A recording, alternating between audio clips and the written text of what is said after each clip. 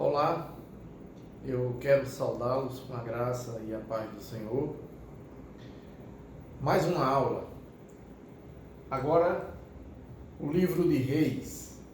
Estamos avançando no Antigo Testamento. Essa é a aula da Escola Bíblica Dominical da Catedral da Reconciliação. Estamos na aula do dia 26/7/2020 e vamos estudar o livro de Reis. Nossas Bíblias trazem primeiro e segundo livro de Reis. Esses livros originalmente formavam parte de um único livro. Acabamos o livro de Samuel. O livro de Reis ele é uma continuação dos acontecimentos. Veremos aqui que o livro se inicia com o fim do reinado de Davi, logo antes da morte de Davi.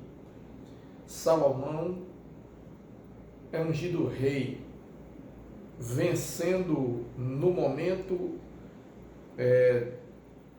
em que um opositor se levanta dentro da casa de Davi. E aí a história segue. Esse opositor, ele surge de uma forma ilegítima, achando que era o herdeiro do trono, era o filho de Davi, e esse filho cria uma cerimônia onde nem todos da corte estão convidados, principalmente Davi, que ainda estava vivo, embora enfermo, já muito idoso. A história da Bíblia está sendo contada, a história de Israel, melhor dizendo, né? A história de Israel está sendo contada nesses livros. Esses são os livros históricos. Esses livros contam a história de Israel. A partir do momento que Israel toma posse da terra prometida lá em Josué, nós estamos seguindo com a história de Israel. E estamos aqui nesse momento, nós já estudamos os livros de Juízes e nós já estudamos os livros de Samuel.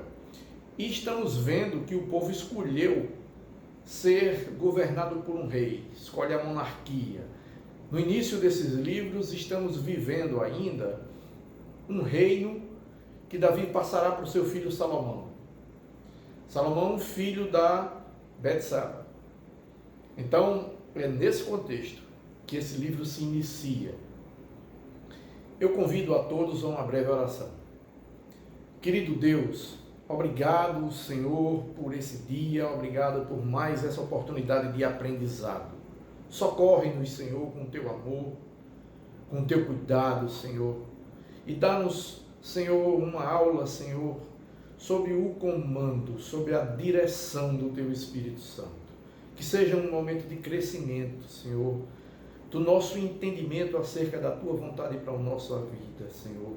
No nome de Jesus é o que te peço e já te agradeço. Amém. Vejamos. Nos relatos que a revista nos traz, a revista propõe uma aula e eu estou mudando alguns pontos da aula,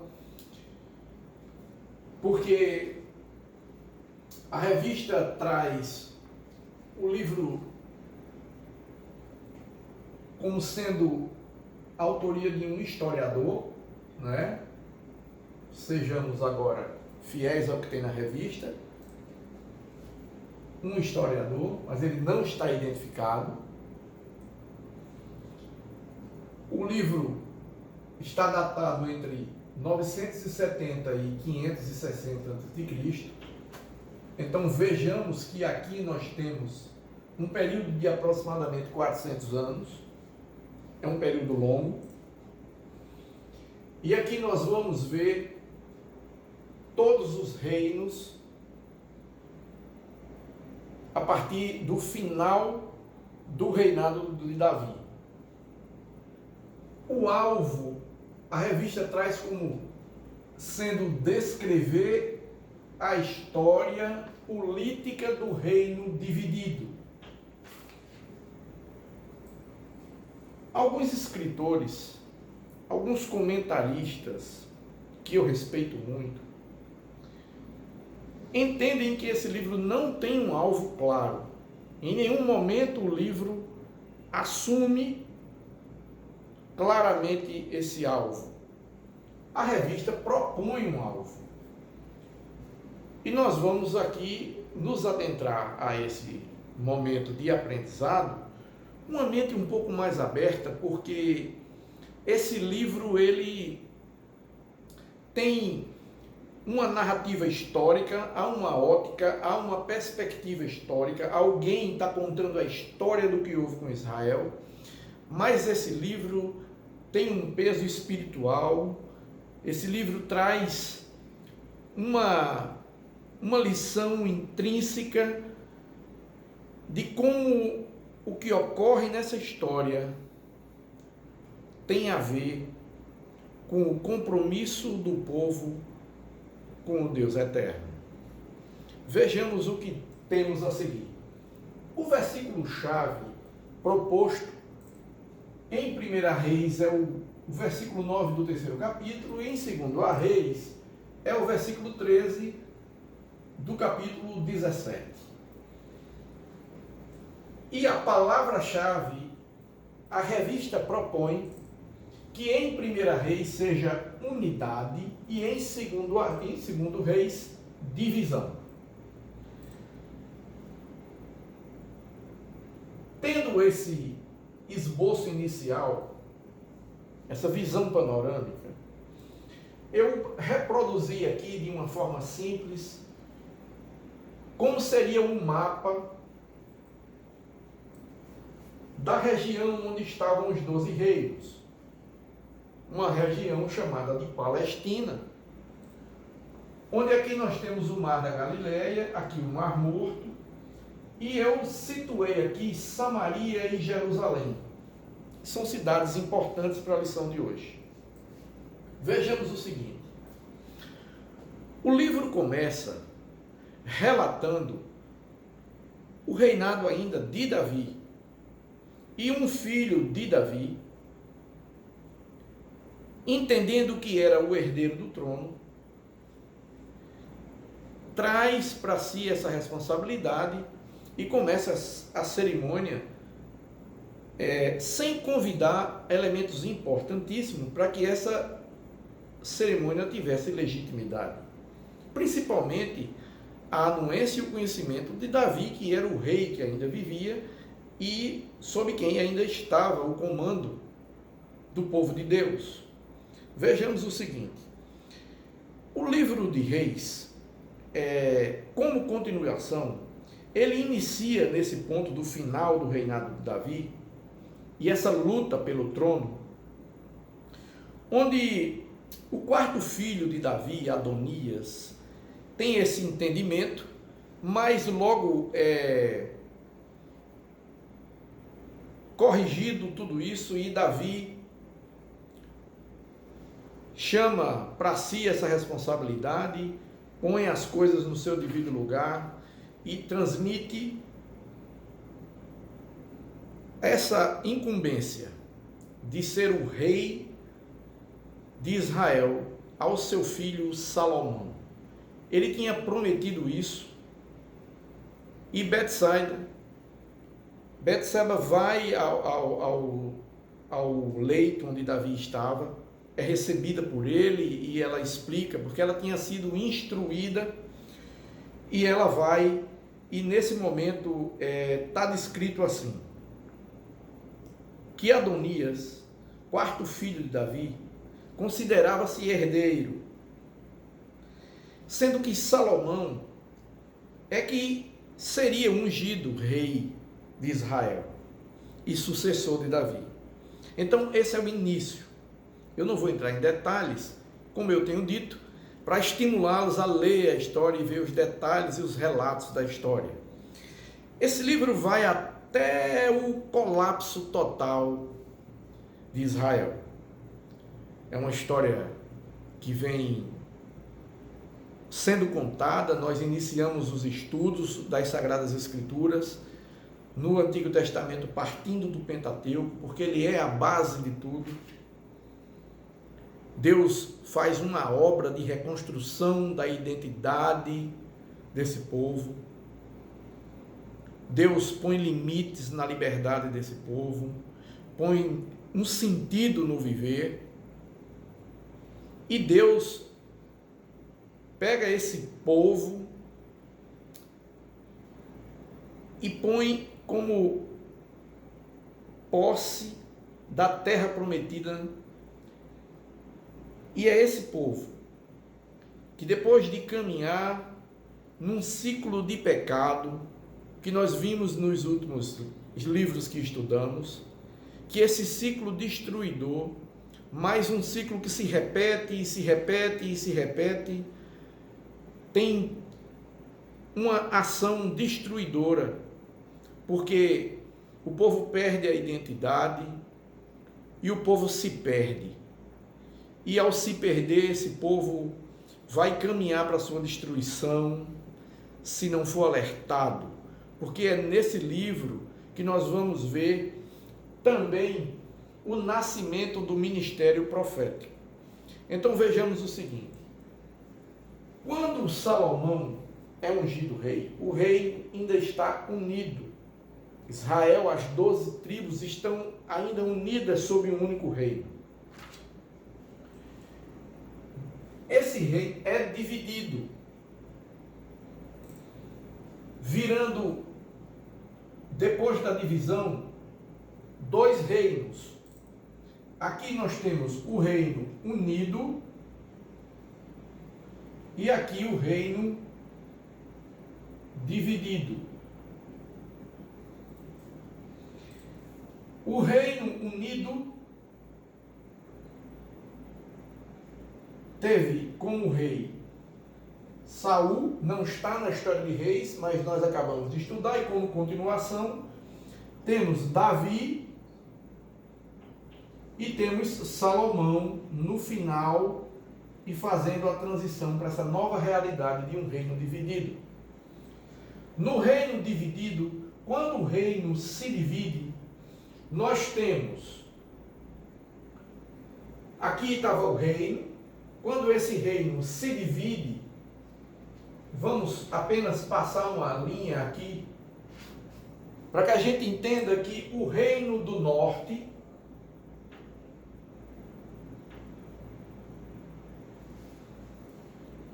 Israel, tem como capital Samaria.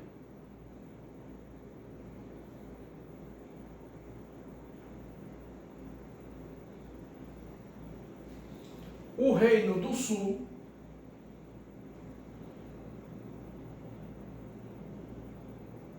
Judá, tem a capital Jerusalém. Então você tem o reino do norte e o reino do sul, depois que o reino é dividido. Esse mapa é para nos ajudar a que a gente possa se posicionar geograficamente como as coisas ocorriam.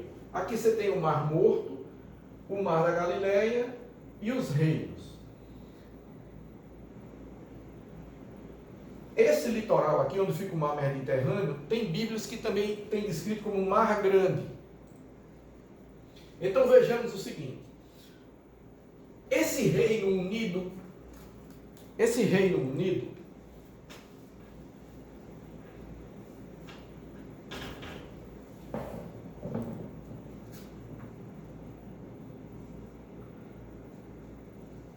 onde no livro de Reis trata do reinado, o fim do reinado de Davi e o reinado de Salomão,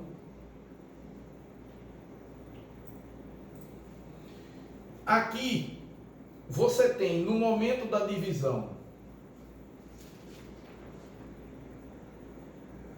aqui o rei Roboão,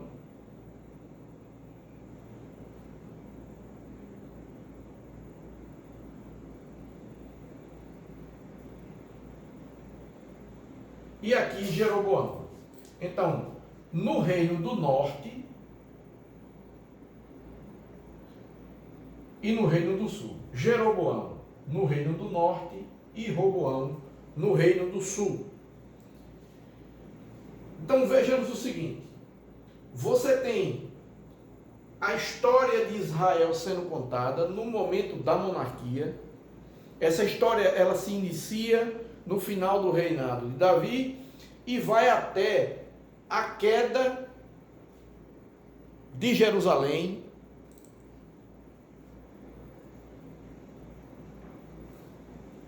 e o exílio.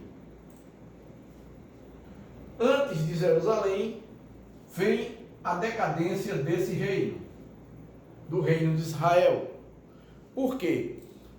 A gente lembra que aqui o povo está vivendo aquele ciclo de pecado e idolatria, principalmente nesse reino, porque nós descrevemos numa figura onde você tinha um ciclo de pecado, de influência, perda de identidade, né? Você tinha pecado, influência, perda da identidade, consequência, que é o sofrimento,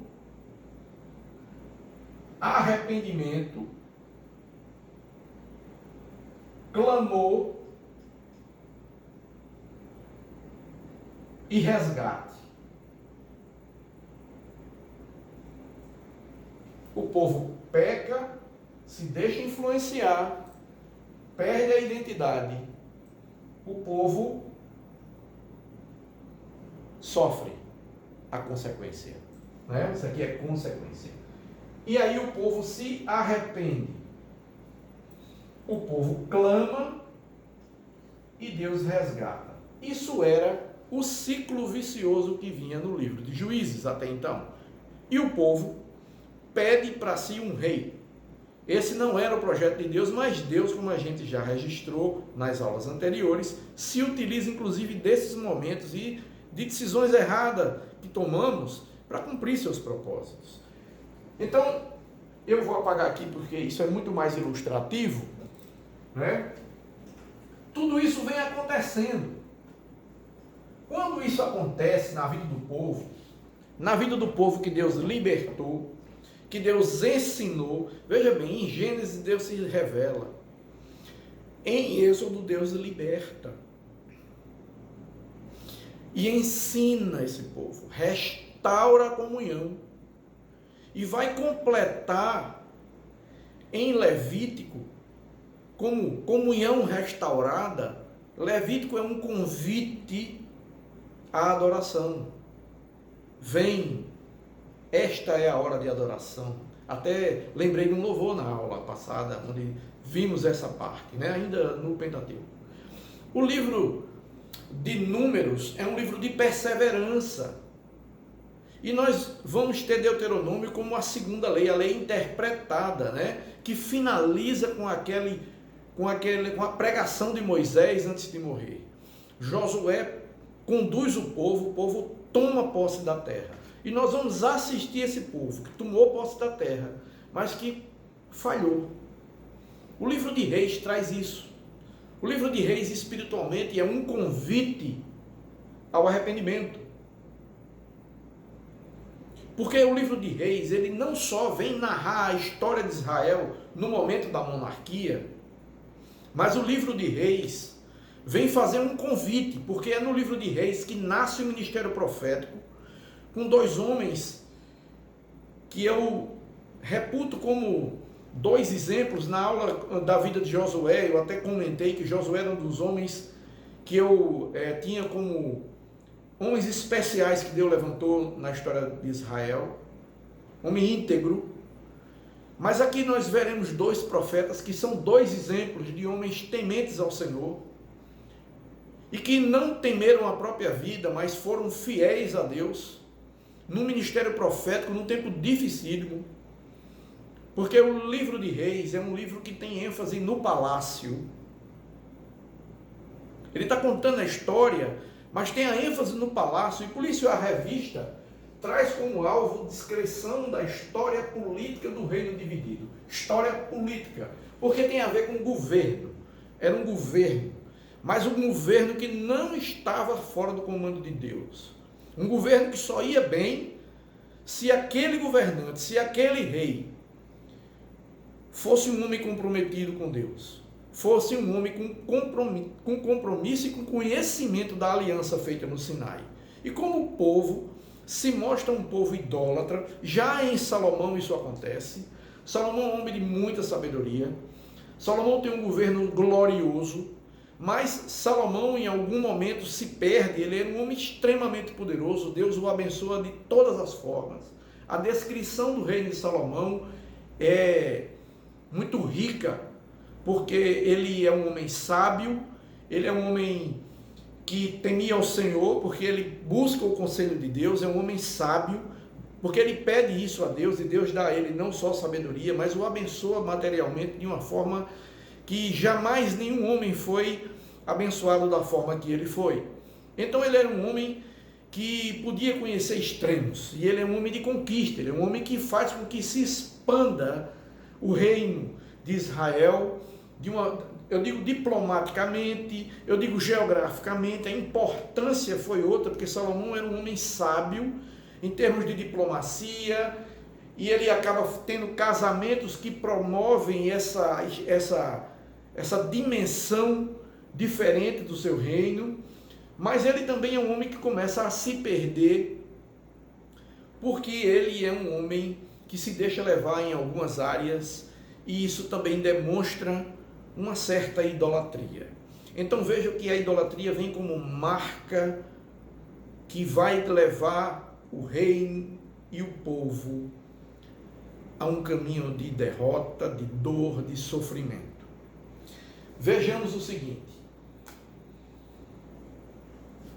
no Reino do Sul, o ciclo que nós descrevemos como pecado, influência, sofrimento, arrependimento, clamor e resgate, ele se repete, e se a gente traçasse um gráfico da vida do Reino do Sul, do Reino de Judá, ele seria um gráfico assim. Poderíamos dizer isso até que Deus resgatasse. Então nós vimos aqui, a marca era altos e baixos. Altos e baixos. No Reino do Norte, o gráfico é diferente. Esse ciclo era tão intenso, a idolatria tomou conta de um jeito que o próprio sacerdote, porque uma das características dos reinos do norte era que o sacerdote servia ao rei e acabava misturando tudo e se perdia. E o gráfico do Reino do Norte é um gráfico de queda vertiginosa até a total destruição. O Reino do Norte é destruído com a queda de Samaria, e ele é totalmente destruído. Logo após, Judá sofre uma grande derrota, Jerusalém é destruída. Então vejamos o seguinte, veja a trajetória desse povo. Se olharmos para o livro de Reis, vejamos o seguinte: temos aqui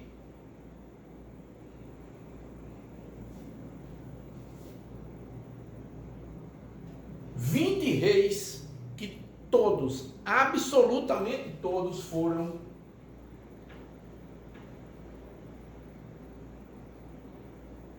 reprovados.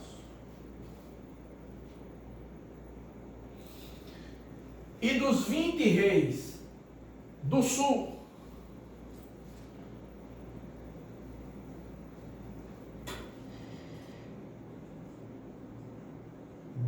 foram reprovados e 8 foram aprovados.